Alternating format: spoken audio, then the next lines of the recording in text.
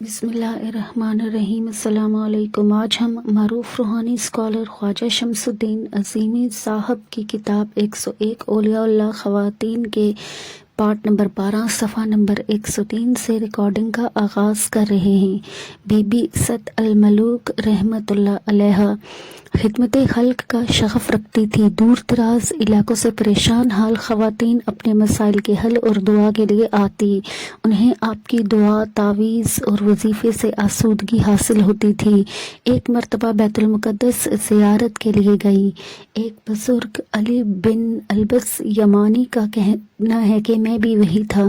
میں نے دیکھا کہ آسمان سے مسجد کے گنبد تک نور کی ایک بیم ہے۔ جا کر دیکھا تو گنبد کے نیچے بی بی ست الملوک رحمۃ اللہ علیہا نماز میں مشغول تھی۔ آپ فرماتی تھی، اگر آپ اللہ تعالیٰ کی قربت اختیار کر کے کائنات پر اپنی حاکمیت قائم کرنا چاہتے ہیں تو اللہ کی مخلوق کی خدمت کریں۔ اللہ کی مخلوق سے محبت کرنے والے لوگ اللہ کے دوست ہیں، اور دوست پر دوست کی نوازشات و اکرامات کی بارش ہمیشہ ہوتی رہتی ہے۔ حکمت و دانائی۔ جب کوئی بندہ یا بندی اللہ سے قریب ہو جاتا ہے تو نور سے اس کا تعلق قائم ہو جاتا ہے۔ ضمیر نور باطن ہے، نور باطن سے ہی ساری سعادتیں حاصل ہوتی ہیں۔ اللہ کے لیے نماز قائم کی جائے تو نمازی کو حضور قلب ہوتا ہے۔ حضور قلب کا مفہوم یہ ہے کہ بندہ یا بندی دیکھتی ہے کہ اللہ میرے سامنے ہے اور میں اس کے سامنے رکوع میں ہوں، میں اللہ کے سامنے سر بسجود ہوں۔ حضرت فاطمہ خضرویہ رحمۃ اللہ علیہا حضرت با یزید بسطامی رحمۃ اللہ علیہ کی بہت عقیدت مند تھی، ہر وقت یاد الہی میں مصروف رہتی تھی۔ ایک مرتبہ حضرت با یزید بسطامی رحمۃ اللہ علیہ کے مزار پر زیارت کے لیے گئی اور مراقبہ میں بیٹھ گئی۔ مراقبہ سے فارغ ہوئی تو پاس بیٹھے ہوئے لوگوں سے کہا، تم جانتے ہو حضرت با یزید کون ہیں؟ سب نے کہا، آپ بہتر جانتی ہیں۔ حضرت فاطمہ نے کہا، ایک مرتبہ جب میں خانہ کعبہ کا طواف کر رہی تھی، تھک کر بیٹھ گئی اور نیند آ گئی۔ میں نے خواب میں دیکھا کہ فرشتے مجھے عرش پر لے گئے۔ وہاں ایک وسیع میدان ہے جس میں سنبل اور وطان کے پھول کھلے ہوئے ہیں، اور ہر پتی پر با یزید ہمارا دوست ہے لکھا ہوا ہے۔ حکمت و دانائی۔ اگر رحمان کی قربت چاہتے ہو تو رحمان کی عادات و صفات اختیار کرو، اور رحمان کی صفت یہ ہے کہ وہ مخلوق کی خدمت کرتا ہے۔ دوست کا دوست بھی دوست ہوتا ہے۔ انبیاء کا طرز عمل اختیار کرنے والا بندہ یا بندی انبیاء کی دوست ہے، اور انبیاء کے دوست اللہ کے دوست ہیں۔ جاریہ مجہولہ رحمۃ اللہ علیہا جاریہ مجہولہ رحمۃ اللہ علیہا ایک کنیز تھی۔ لوگوں میں شہرت ہونے کی وجہ سے ویرانے میں رہتی تھی۔ حضرت ذو النون مصری رحمۃ اللہ علیہ ان کی شہرت سن کر ملنے گئے اور ان سے پوچھا، تم اس جنگل میں اکیلی رہتی ہو؟ جاریہ مجہولہ نے کہا، سر اٹھاؤ اور دیکھو، اللہ کے سوا تمہیں کچھ اور نظر آتا ہے؟ حضرت ذو النون رحمۃ اللہ علیہ نے پھر پوچھا، تمہیں تنہا رہنے سے وحشت نہیں ہوتی؟ بی بی جاریہ رحمۃ اللہ علیہا نے جواب دیا، اللہ نے میرے دل کو اپنی حکمت اور اپنی محبت سے اس قدر معمور کر دیا ہے اور اپنے دیدار کا شوق اس قدر عطا کر دیا ہے کہ اس کے سوا میں کچھ نہیں دیکھتی۔ وہ ہر وقت میرے پاس رہتا ہے۔ اس کے بعد جاریہ مجہولہ رحمۃ اللہ علیہا نے حضرت ذو النون مصری سے کہا، نماز کا وقت ہو گیا ہے، مجھے نماز پڑھانی ہے۔ حضرت ذو النون رحمۃ اللہ علیہ نے دیکھا کہ جاریہ نے پکارا، صفیں درست کر لو۔ جاریہ مجہولہ رحمۃ اللہ علیہا کی ابتدا میں جنات اور ملائکہ نے باجماعت نماز ادا کی۔ حضرت ذو النون مصری رحمۃ اللہ علیہ نے ان سے کہا، کوئی نصیحت کیجیے۔ جاریہ مجہولہ رحمۃ اللہ علیہا نے کہا، اے نوجوان مرد، تقوی اختیار کر۔ قرآن کریم متقی لوگوں کو ہدایت فراہم کرتا ہے، اور پرہیزگاری میں زندگی گزار، اور ایسے دروازے پر پہنچ جا جہاں حجاب اور اللہ سے دوری نہ ہو۔ حکمت و دانائی۔ دونوں جہاں میں اللہ کے سوا کچھ نہیں ہے۔ تقوی زاد راہ ہے، زہد طریقہ اور پرہیزگاری سواری ہے۔ ایسے مقام پر پہنچ جاؤ جہاں اللہ تعالیٰ سے دوری نہ ہو۔ جب بندہ راضی برضا ہو جاتا ہے تو اللہ اپنے کارندوں کو حکم دیتا ہے کہ اس بندہ یا بندی کے ساتھ تعاون کیا جائے۔ حبیبہ مصریہ رحمۃ اللہ علیہا ریاضت و مجاہدے میں کمال حاصل تھا، عشق الہی میں سرشار رہتی تھی۔ حضرت حبیبہ مصریہ رحمۃ اللہ علیہا کا ارشاد ہے، خوش و خرم زندگی بسر کرنے کا راز یہ ہے کہ آدمی ہر حال میں اللہ تعالیٰ کا شکر ادا کرے۔ جو لوگ دولت کو سب کچھ سمجھتے ہیں، اللہ تعالیٰ کے قانون کے مطابق ان کی زندگی میں سے سکون نکل جاتا ہے۔ مال اور اولاد کی محبت سخت فتنہ ہے۔ اللہ تعالیٰ کا فرمان ہے، بے شک انسان مال و دولت کی محبت میں بڑا شدید ہے۔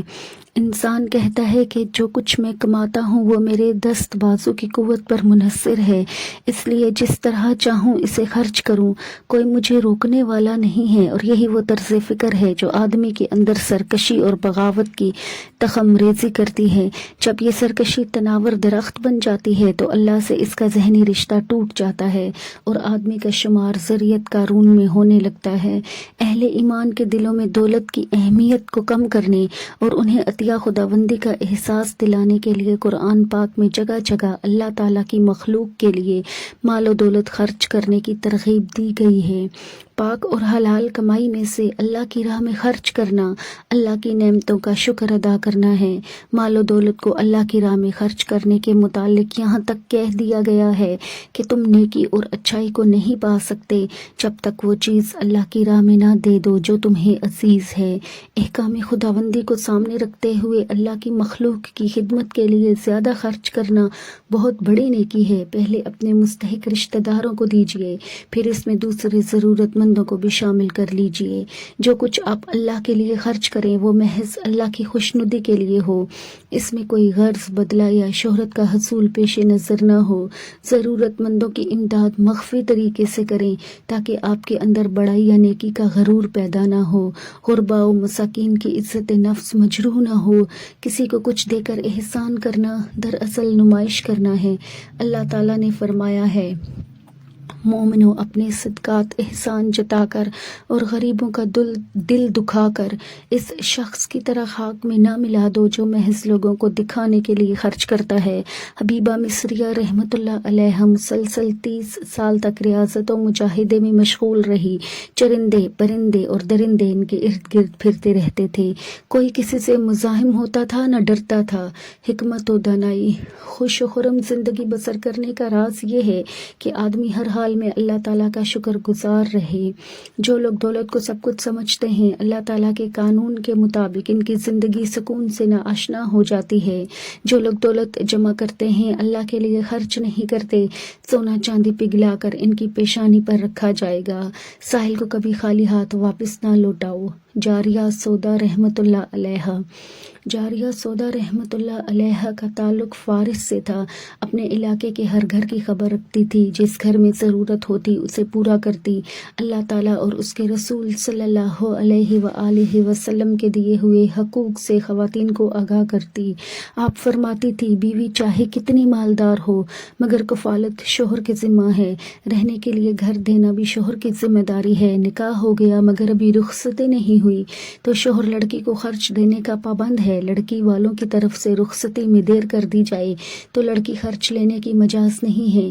جتنے عرصے بیوی شوہر کی اجازت سے میکے میں قیام کرے اتنے عرصے تک علاج اور روٹی کپڑا کا خرچہ شوہر سے لے سکتی ہے۔ بیمار بیوی اگر میکے رہ کر علاج کرائے تب بھی پورا خرچ شوہر سے لے سکتی ہے۔